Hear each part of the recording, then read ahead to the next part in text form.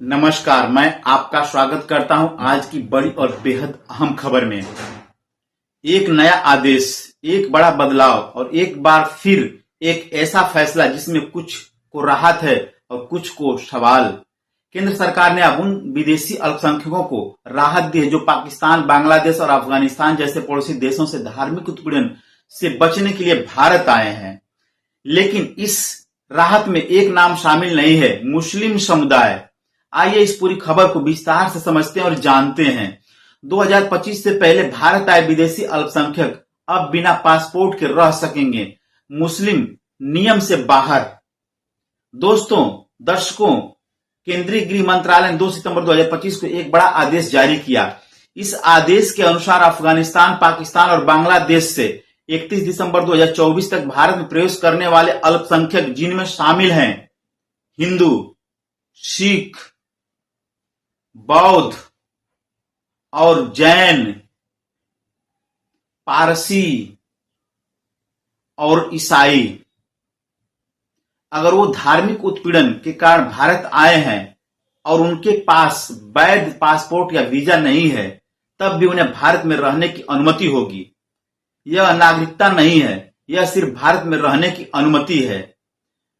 आपके मन में सवाल होगा, तो पहले भी था, फिर अब भी क्या नया है? तो आपको याद दिला दें, नागरिकता संशोधन अधिनियम CAA जो 2019 में संसद में पास हुआ था, 2024 में लागू किया गया, वो केवल 14 तक भारत आए लोगों पर लागू होता है। लेकिन अब सरकार ने 2024 तक आए लोगों को भी पासपोर्ट न होने पर रहने की छूट दे दी है। यानी जो लोग 2015 से 24 के बीच आए हैं, वे अब घुसपैठी नहीं कहे जाएंगे अगर वो अल्पसंख्यक हैं।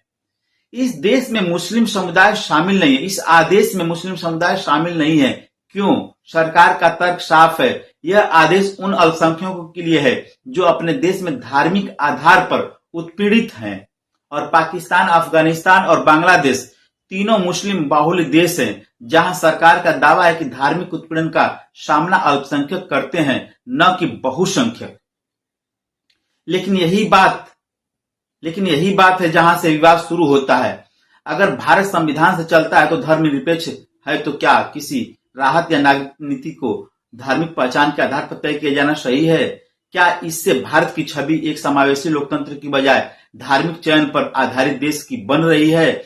और अगर कोई मुस्लिम जो किसी दूसरे धर्म में परिवर्तित हो चुका है या जो अपने ही देश में विचारधारा के कारण सताया गया हो, तो क्या उसके लिए कोई रास्ता है? यह आदेश इमिग्रेशन और विदेशी अधिनियम 2025 के साथ जुड़ा हुआ है, जो एक नए कानून और 1 सितंबर 2025 से लागू हो चुका है। सरकार इसे मानवता के दृष्टिकोण से लिया गया कदम बता रही है, विशेषकर उन हिंदू शरणार्थियों के लिए जो पाकिस्तान से आए हैं और जिनकी स्थिति पिछले कुछ वर्षों से अनिश्चित रही है।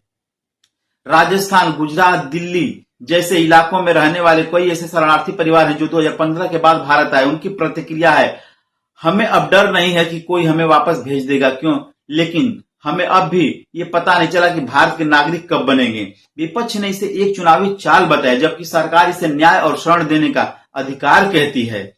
कुछ संगठनों ने यह भी कहा कि इससे देश की धर्मनिरपेक्ष नींव को खतरा हो सकता है। दोस्तों, कागज के कानून जब जमीन पर उतरते हैं तो उसमें कभी उम्मीद होती है, कभी उलझन और कभी चिंता। इस आदेश से हजारों लोगों को राहत जरूर मिलेगी, लेकिन नागरिकता की आस अब भी अधूरी है। और जब धर्म के आधार पर नीति बनती है तो सवाल उठते ही उठते हैं। क्या शरण का अधिकार सबका नहीं होना चाहिए? क्या भारत की सहिष्णुता की पहचान अब चयन में बदल रही है? ये सवाल है, जवाब शायद भविष्य देगा। मैं हूं उपेंद्र यादव, आप देखते रहिए आज की बड़ी बड़ी खबरें, जहां हम सिर्फ खबर नहीं, खबर के पीछे छुपी नीयत को भी परखते हैं। नमस्कार और सोचते रहिए, क्योंकि सोचना भी एक लोकतांत्रिक अधिकार है।